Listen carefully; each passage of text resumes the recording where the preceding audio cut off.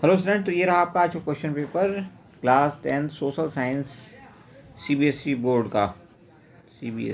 का ओके। और 2023 का क्वेश्चन पेपर है ये। पेपर कोड आप कहाँ पे देख पाएंगे? पेपर कोड यहाँ पे दिया हुआ है ओके। यहाँ से आप पेपर कोड देख सकते हैं ओके।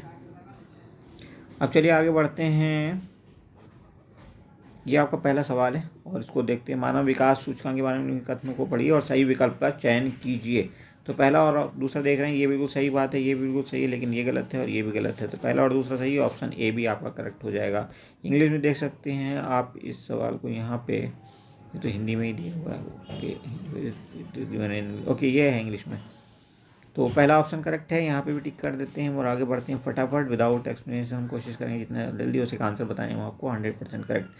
भारत सरकार ने 1991 में व्यापार नियमों को उदार क्यों बनाया था? तो इसके पीछे रीजन ये था, सरकार चाहती थी कि भारतीय उत्पादक विश्व बाजार में प्रतिस्पर्धा कर सकें। थर्ड देखिए, इनमें से केवल सकल घरेलू उत्पाद में किसकी हिस्सेदारी सर्वाधिक है? तो भैया जी यहाँ पे हमारे यहाँ की अगर हम बात करें तो तृतीय क्षेत्र की बात है ये। हालांकि डेवलप्ड कंट्री में भी यही सीन होता है, लेकिन India is also a developing country. India developing है, डेवलप्ड में ही ये बेहतर करेक्टरिस्टिक माना जाता है।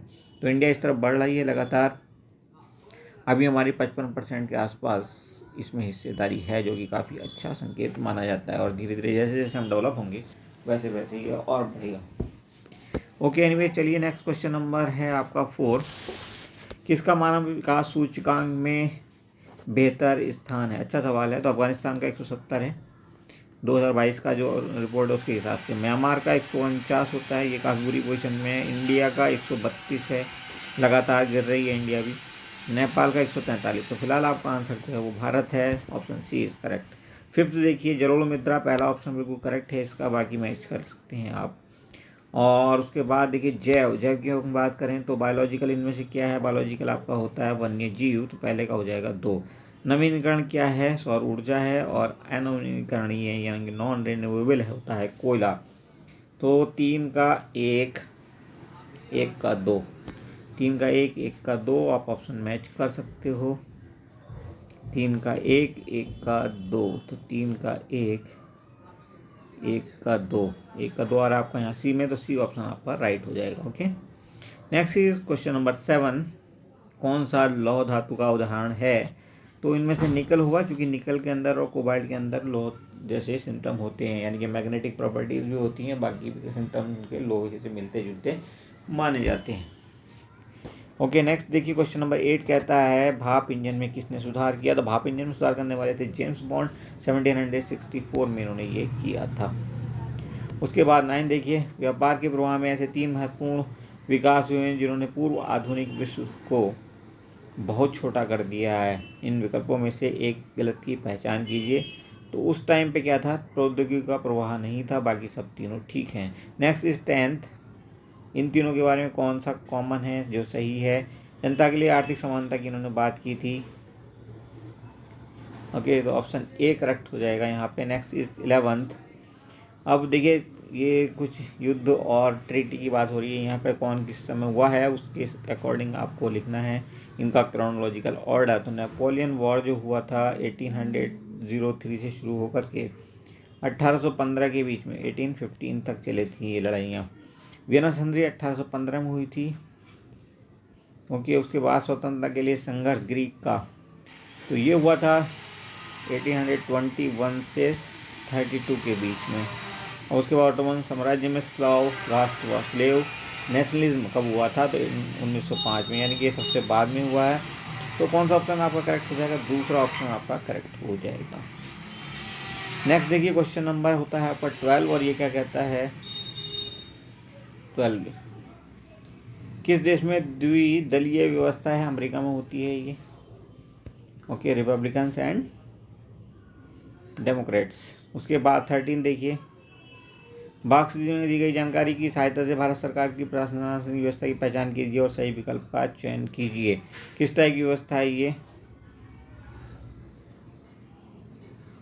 तानाशाही व्यवस्था है या एकात्मक संघीय व्यवस्था है, साम्राज्यवादी व्यवस्था है, विकेंद्रीकृत है? क्या कहेंगे हम इसको?